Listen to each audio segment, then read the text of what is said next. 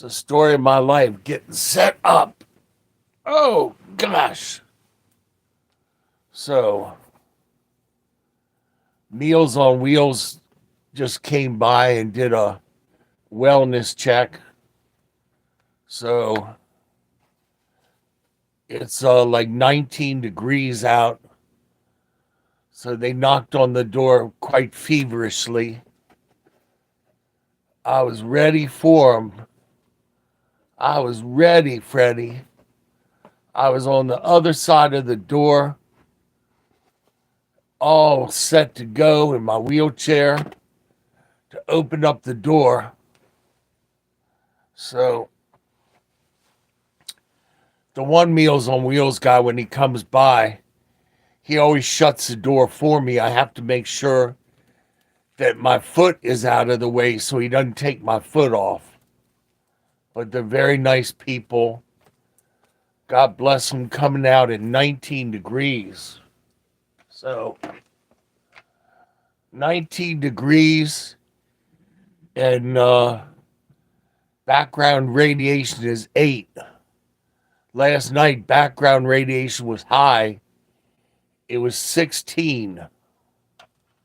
It was 16. So, what do you want to talk about, Papa? Oh, gosh. Oh, goodness. I gotta talk about finding my glasses. Oh, well, we'll just do without the glasses. That's going to be exciting. That's going to be exciting. What's up, Hungry? So, I started the live stream and can't find my glasses.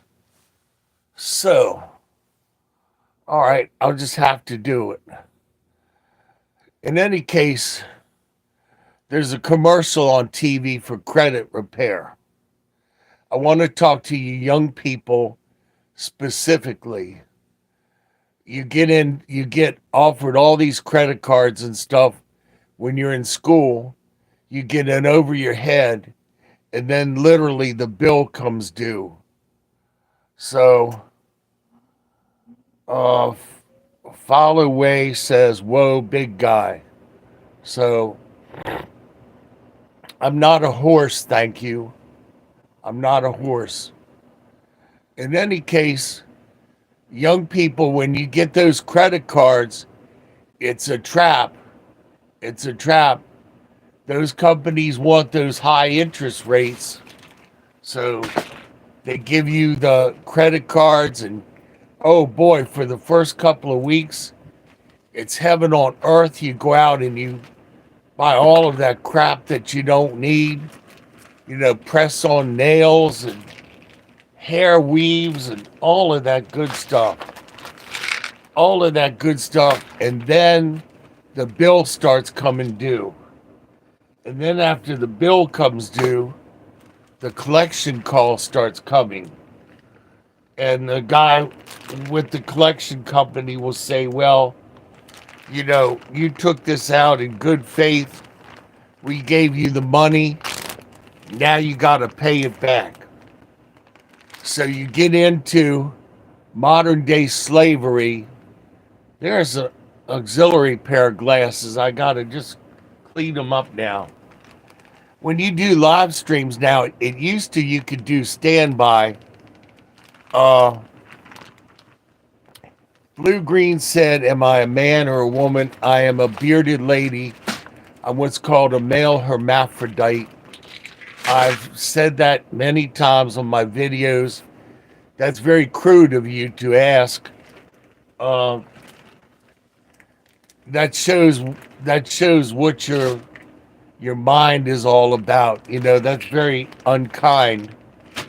But I've already put it out there that I am indeed a male hermaphrodite, i.e., a bearded lady, just like out of the circus.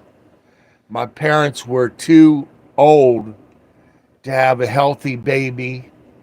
And yeah. Now, with you trolls, I always have to lay down the law of the channel. This is an adult channel, it's a family channel. For you unkind lunkheads that get on the chat, we have compassion for you because we realize that many of you are narcissistic, or you're a little bit unkind in your thinking, or you're codependent. And it's ironic that you always come back to my channel to troll over and over again, and you think you're cute, and you think you're funny, and you think you're the first time I've ever heard that, all that other good stuff. So our moderators will time you out. Our moderators are wonderful. They'll start you off with the minute timeout, then 2 minutes and 5 minutes, and the worse you get, the more they will time you out. And yeah, goodbye, cheesesteak. Bye-bye. Don't let the door hit you. Don't let the door hit you where the good Lord split you. So, in any case, we're very loving and understanding to our lunk-headed trolls, because we're trying to reach people for Christ, bring you into the family of God. You're already part of my YouTube family.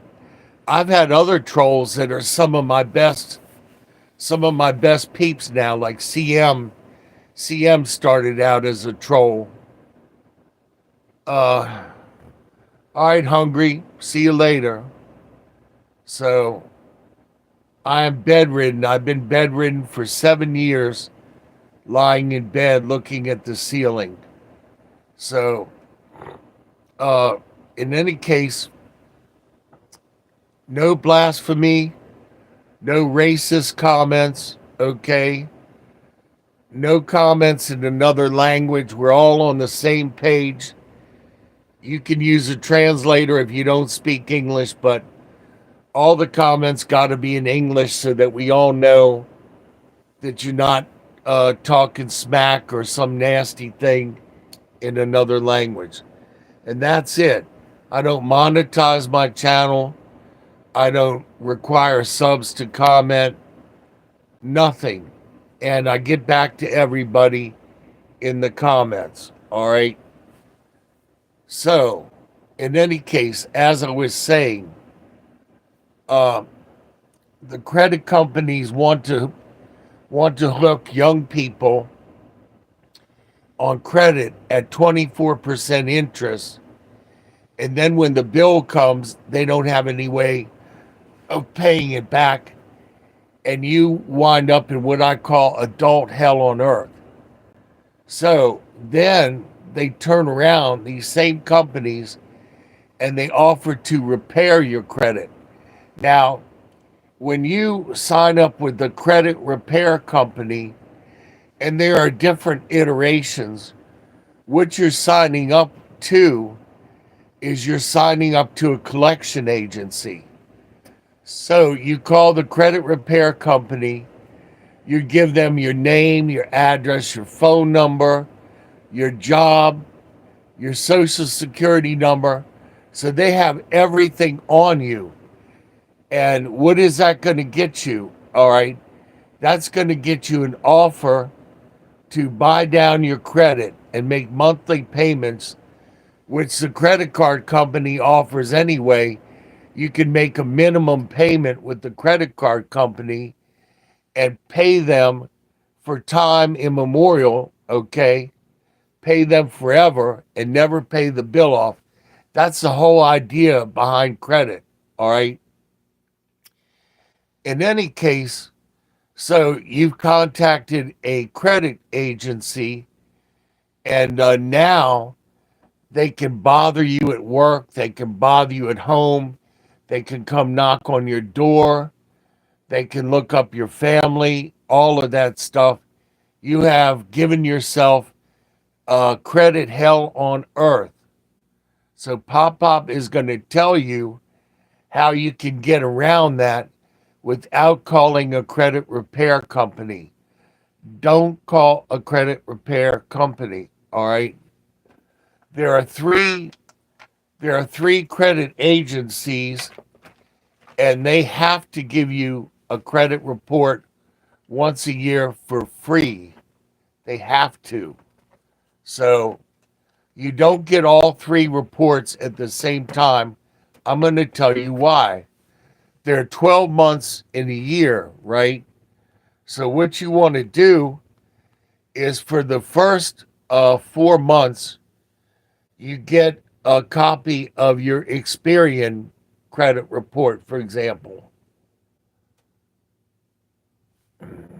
What are the three credit agencies? So that phone lets me down. Okay. I go through the same crap every day with the phones. All right. Okay. List the three credit agencies. All right. Okay. Equifax, Experian, and TransUnion. Okay. So let's say you contact Experian and you give them what they need to know in order to send you your credit situation, your credit report. All right. So you read over your credit report. If you find any anomalous information, you want to contest it.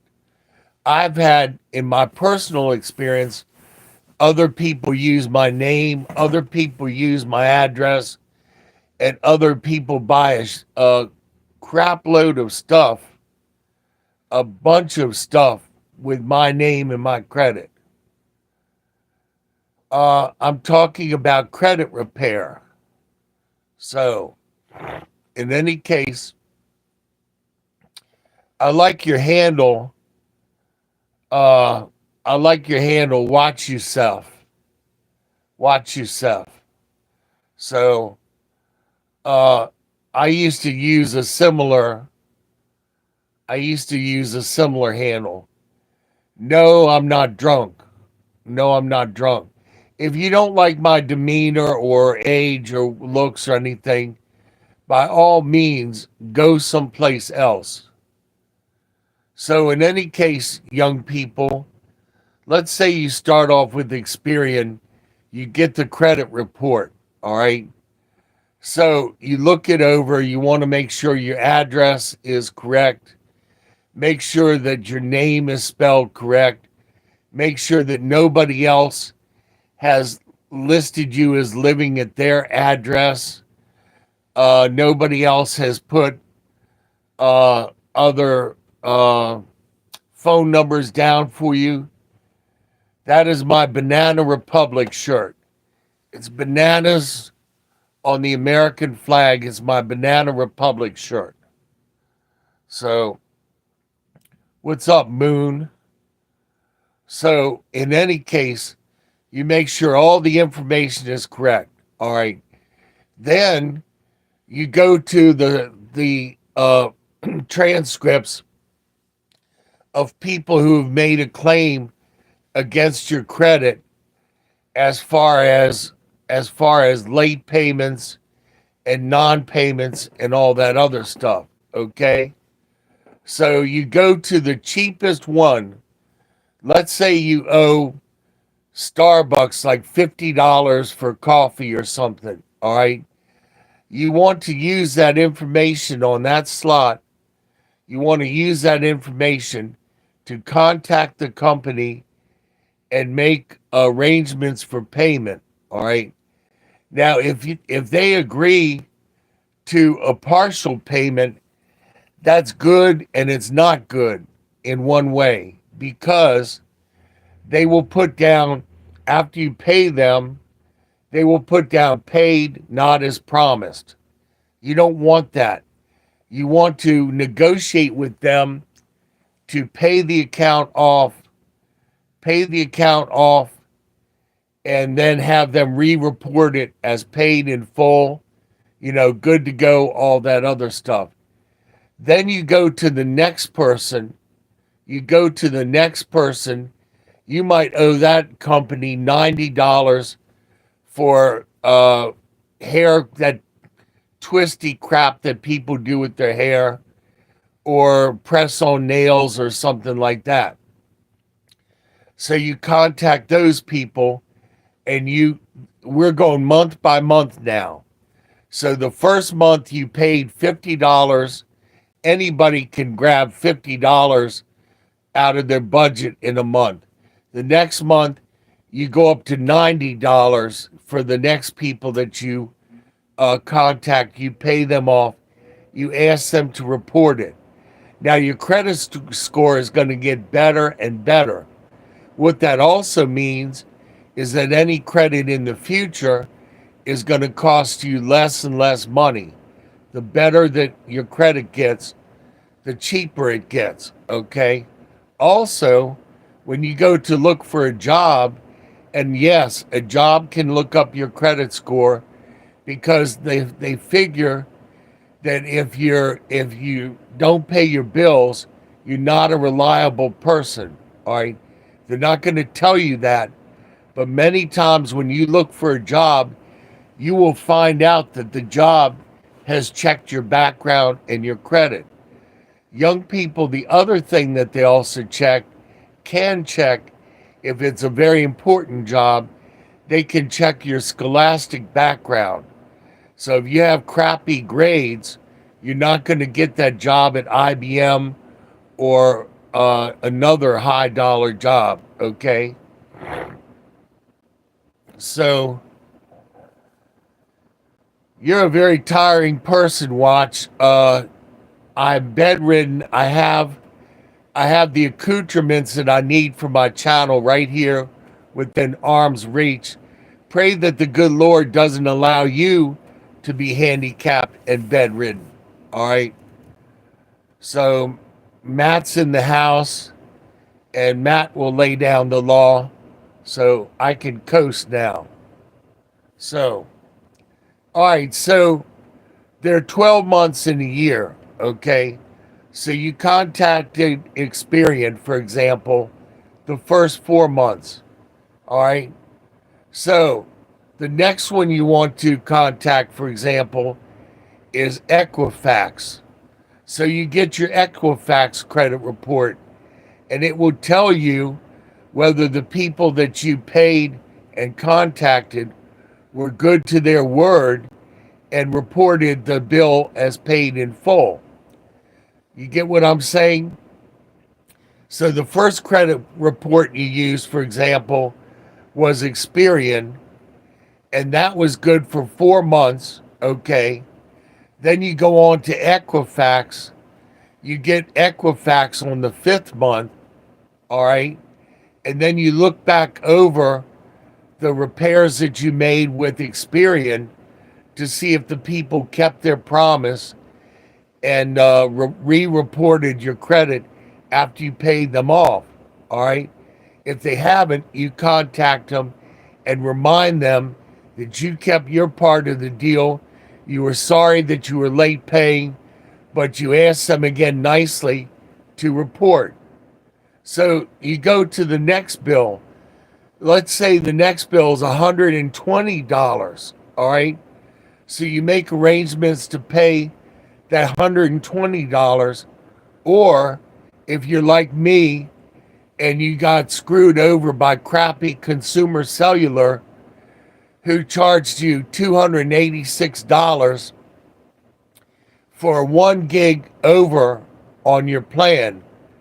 1 gig over, and they cut my plan off. I was prompt pay every month, prompt pay, and I went over by 1 gig of data, and they shut the phone down.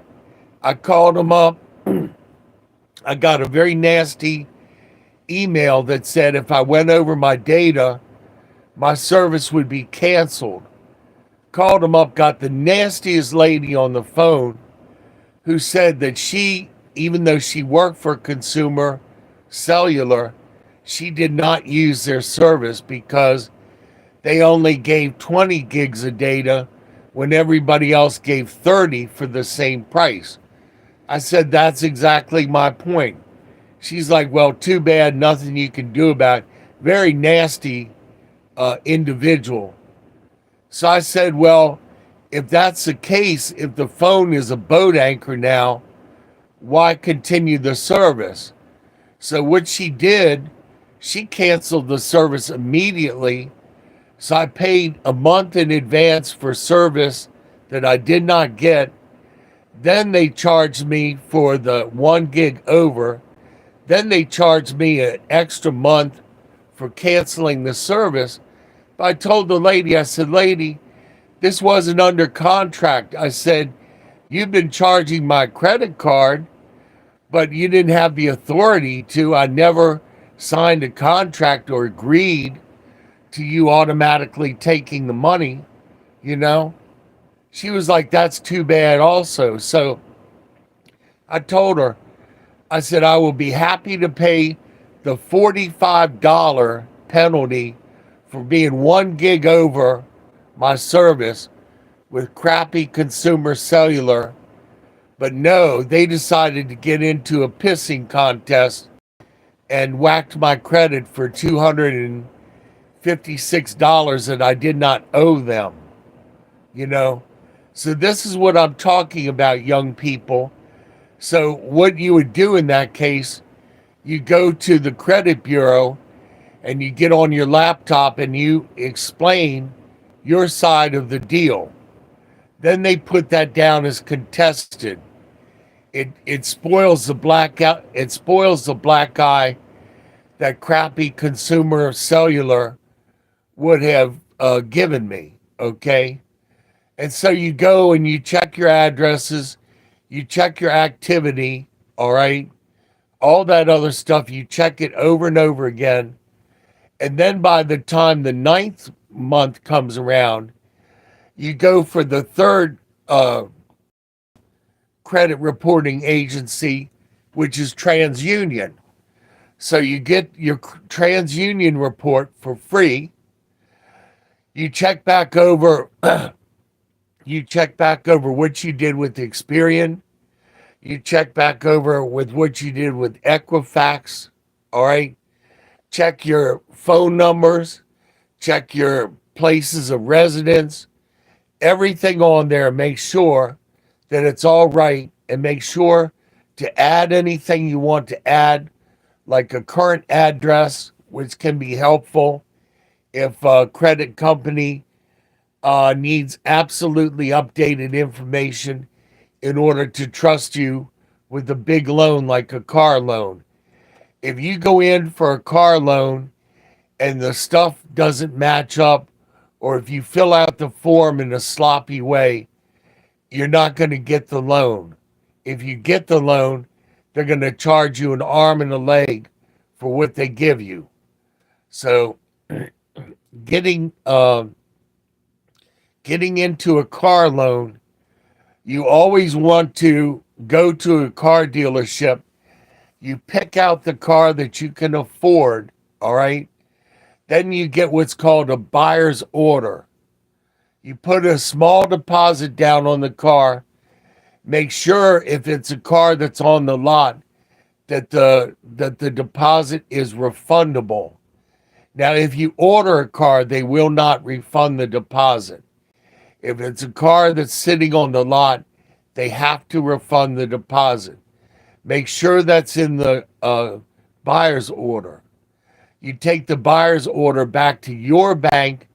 You get a cashier's check for the car. You bring that back to the dealership. That way they can't cheat you, all right? The car dealership can't cheat you. If you get credit through the car dealership, you might as well bend over and let them shove the car keys up your butt, because that's the way it works out for most people.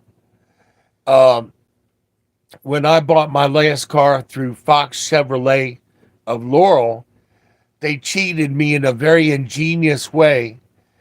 They handed me a black pen, and what they did, and I can prove it, so I'm not afraid of them, trying to whack me or anything. They put an expensive buyer's order for the car and then a cheaper buyer's order over top of it.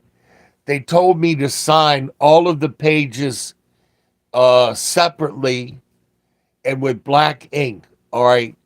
You don't ever want to do that. All right. Whenever you signing something, a contract, whatever, use blue ink. That way you can prove what was the original, and then the ones that are in black, you can prove are carbon copies. That way, if somebody tries to slip something in on you, you get a lawyer, you prove that you signed the top copy in the blue ink and the other copies are in black carbon copy. They tricked you. I contacted a lawyer about suing Fox Chevy for cheating me.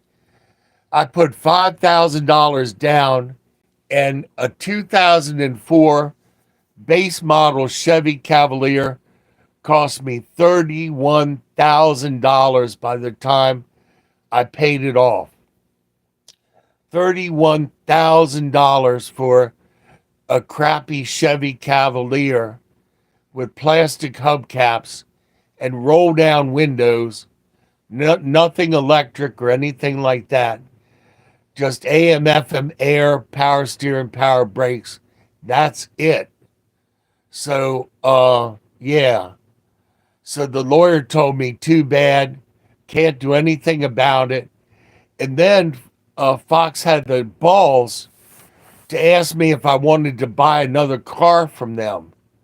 They asked me if did you like having the keys shoved up your butt? Maybe you'd like to come by a second time and bend over and have the keys shoved up your butt, rammed up your butt. So in any case, fam, a big expenditure like a car or a house is worthy of finding. If you buy a house, you make sure that you've hired the services of a real estate lawyer. When I went to college, my professor was a real estate lawyer, Miller Redden. He's gone now. He was an excellent gentleman, very smart, all the good stuff, okay? But if you buy a house, make sure that you show up with a real estate lawyer, well worth the money. And I'll tell you, fam, if any of you all out there want to get into the legal business, you should be a car purchase lawyer. That would be a great business to start, would to be a lawyer that represents people buying a car before they make the mistake. All right? I got to check something real quick. So, all right. My smartphone is always sneaky. I got to check it from time to time. So it did not give me the current comments. Hey, Elias, sorry I'm late to everything. So, hey, Laura, and Warning says, why so many mods? Is because my mods are my trusted fams. Jeremy says, what's up, Unc? Hey, Jeremy. Amethyst says hi. All right. And Laura. Okay, so I'm caught up in the comments. So like I said, if you're going to spend $45,000 or $50,000 on an automobile, find a lawyer who will charge you a reasonable price to go to the dealership, all right, with you. You don't have to You don't have to acknowledge him as your lawyer. You can say, "This is my friend." Fam, be smart. Don't put all your cards on the table, all right? I would like to say when I worked in cars, I never cheated anybody. I was like, this is the car, this is the price. I would love to sell it to you, but if not, I'm sure somebody else would like to have it. I was always very polite. Uh, I had a father and his daughter buy a car from me, and they started speaking to each other in Spanish. They didn't realize that I understood everything they said, so I asked them, I said, "Do you want to converse in Spanish? We can do the deal in Spanish." Then they were like, uh-oh, because the father was telling the daughter he found a scratch. It was a used car. He found a scratch at the bottom of the door, and he was going to hit me up for $2,000 for the scratch. And I said, no, the car was priced with the scratch in mind. It's a good car. It's a good car. So, yeah. So they had egg on their face. So, in any case, expensive thing like a house or a car, call up and ask if a lawyer will represent you at an affordable fee. All right. A house, it's going to be probably a few $1,000s to get the lawyer to go over the paperwork. A car, lunch and $100 or something if you have a friend who's a lawyer. All right. So that way you put everything back on your side. Best way to buy a car, get a buyer's order, go to your bank, come back with the cashier's check. Boom, boom. All right. So now let's recap everything. You started out, for example, with Experian, and you went 4 months with that information. Then you went to Equifax on the 5th month. All right. 5th month to the 8th month, you relied on your Equifax transcripts. All right. So the 8th month to the 12th month, you're going to use TransUnion. All right. You're going to go back over everything to make sure the people you paid reported it. Make sure that nobody is using your credit.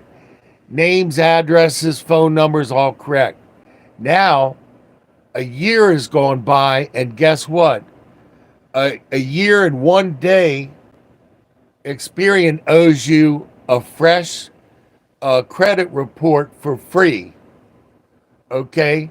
So a year and 1 day, Experian owes you a fresh credit report.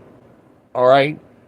So a year and 4 months, then Equifax comes back into the cycle, and they owe you another credit report for free. So 4 months later from that year, all right, 4 months after that, then you have TransUnion owes you another free credit report at the second year and 1 day.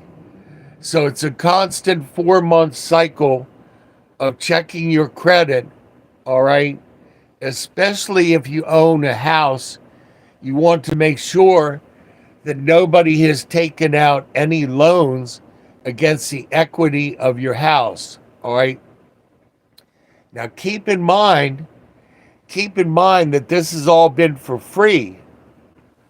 All of this information and correcting your credit score has been for free, and it's making your credit score go higher and higher and higher. And the good thing about it is you're not using a third-party credit person, because when you check your credit through a third party, in many cases that will make your credit score go down. So this way your credit score is constantly moving up, okay? And you've done it for free. So recapping, young people, don't get into, don't buy the lie of somebody sends you a credit card and now you're part of the American dream and it's going to be wonderful. Be very careful with credit. The worst customer to a credit card company is the customer that pays off the bill every month, because that way they can't charge you much. All right. That's their worst customer. The customer they want is the one that they get hooked, who bought press on nails and hair braiding, and 3 years later, you're still making the minimum payment on it at 24% interest. Those are the customers that they love.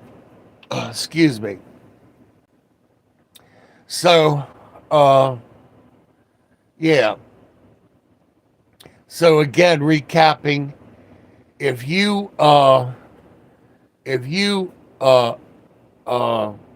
use a credit repair company, all you're doing is you're handing your information over to a collection agency that's going to make your life hell on earth and is going to bug you at home and bug you at work and threaten your job and knock on your door and all of that. So my advice, don't use a credit repair company. Go to Equifax, TransUnion, and Experian. Get your credit report for free. If you go online using your laptop, don't go to a coffee shop like Starbucks and apply for that stuff using your laptop, where everyone around you in the coffee shop can fish your private information. All right. Be smart. Get a phone that's got a hotspot, okay? Don't use public Wi-Fi for your important information, all right? I have 7 phones that equal my studio for my channel, all right? Each phone is dedicated to a task. I do not use a phone with a SIM card for the phone that has my credit cards and stuff on it. Therefore, it cannot be sniffed. All right. So, when you go to fire up your laptop, and get your credit score, make sure you're not around anybody. Okay. Make sure you're not around anyone, and make sure that you use your mobile hotspot connected to your laptop in private so that nobody can fish it. All right. Now, if any of you have ever bought a new phone, you know that when you set up the new phone, it asks to copy the old information. So, all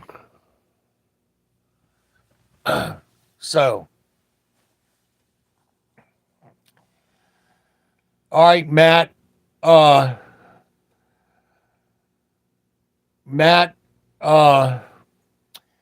You kind of skidded off the road again, Matt. A VPN hides your identity. But it does not necessarily stop somebody locally from sniffing your information.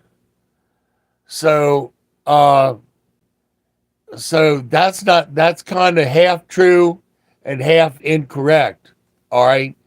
You don't want to go out to using a VPN at Starbucks is a good idea, but you don't want to go to Starbucks and use their Wi-Fi with a VPN to type your social security number and all that into your Experian report and ask for it. You don't do it at Starbucks, okay? Let's just leave it at that. So, uh, if any of you have ever bought a new phone, all right, and doing live streams is always a struggle because you have to answer the comments and you have to keep up with everybody and you have to try and stay on track. This is a very important point. If you've ever bought a new phone, you know when you're setting it up, it can ask to copy the other phone. It does not care what it copies or where it copies or who it copies, okay? So, that being said, a stranger can take a new phone, all right, buy a new phone for $50 off of the internet, all right, and have it set up almost all the way, all right. Now, follow me on this. The guy will set the new phone up, tell it to turn on, sniff the Wi Fi, all that, do its updates. Now, when the phone gets to the point where it says, do you want me to copy the old information from the old phone? Follow me very closely on this. The guy will stop the setup process there, okay? So he's got a new phone, and the phone is asking him, do you want me to copy the old information, okay? So the guy goes into Starbucks with his new phone, and it's at the setup screen. Do you want me to copy the old information? The guy goes over to your table and he asks you some BS question about the weather or where something is located or anything that's going to distract you. He sits his phone next to your phone and taps the screen, and his phone will copy your names, addresses, and phone numbers out of your contacts. His phone will think that it's replacing your phone and will start to copy your phone. If you're ever out in public, and somebody, a stranger, comes up to you to talk to you at your table and he puts his phone near yours, okay, and starts to talk to you, take your phone away quickly and tap it and tell it to turn off immediately, because it only takes a few seconds for that stranger's phone to copy your stuff. So the stranger goes away, and now his phone has cloned all of your contact information. Hit me with a thumbs up if you understand what I'm saying. So you're at Starbucks minding your own business, drinking your coffee. You have your cell phone lying on the table. You're minding your own business. And a stranger comes up. He's got a new Virgin phone. I'm not saying Virgin Mobile. He's got a new fresh phone, okay? He has set the phone up with Wi-Fi, but when the phone asks him, do you want to copy the old phone? He stops. He stops there. Then he takes that new phone to Starbucks and he's going to walk up to your table and he's going to distract you, put his phone near yours and tap the screen, and his phone is going to think it's replacing your phone, and it's going to copy all of your contacts and names and everything. Then he's going to thank you for the BS information or whatever. He's going to take his phone away, and all of a sudden he's got your doctor, he's got, your boss, he's got everything, your girlfriend, and then he can go, and it even has the names and the phone numbers and all of the particulars. It's not just the phone numbers. It's got, well, this is Sherry, this is the name of your job. It's got a whole bunch about you that he can use. All right. And so all he has to do now is he knows pretty much who your carrier is and everything to call that carrier and get a new SIM card. It's called SIM swapping. All he has to do is SIM swap, and then he's got a complete copy of your phone. Your phone is still going to work, by the way. When you go onto the internet or you go to chat with somebody, it's going to work. When it won't work is you go to make a phone call, and it will say that the cellular part of the phone isn't working. All right. It'll say at the top on some phone, emergency calls only, or contact customer support. All right. You go to contact customer support, and they're confused. They're like, well, you just signed up with a new phone. We thought we had everything done with you. Then you got to tell them that wasn't your phone. You got to change everything quickly. And then you got to try and change all your passwords and everything before they take out a line of credit. So I had a lady who was much older than me take out insurance with my name. She added my name to hers and said she was married to me. A 70-year-old German lady with hairy armpits said she was married to me. Another person went to Best Buy and bought a computer and all this crap. So, yeah. Fam, I have to go. When I do these live streams, my oxygen level goes down, and it makes me a little woozy. Phooey. Because at my age, the heart doesn't keep up with the lungs. Maybe I should have used a microphone.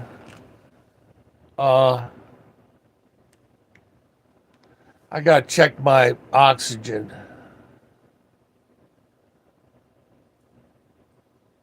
My oxygen is good. It's 96. In any case, I have to find out why I'm woozy all of a sudden. I gotta check my sugar and all that other stuff. So, Huey, I hope you're not making fun of me with the oxygen comment. I hope you're not making fun of me, because what happened to me with the accident and all can happen to you.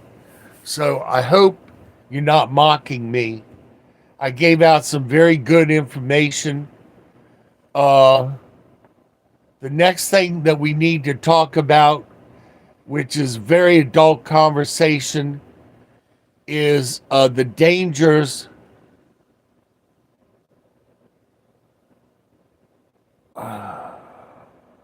Huey, I don't know why all of a sudden you decided to make it all about you. It's not all about you. It's not all about me.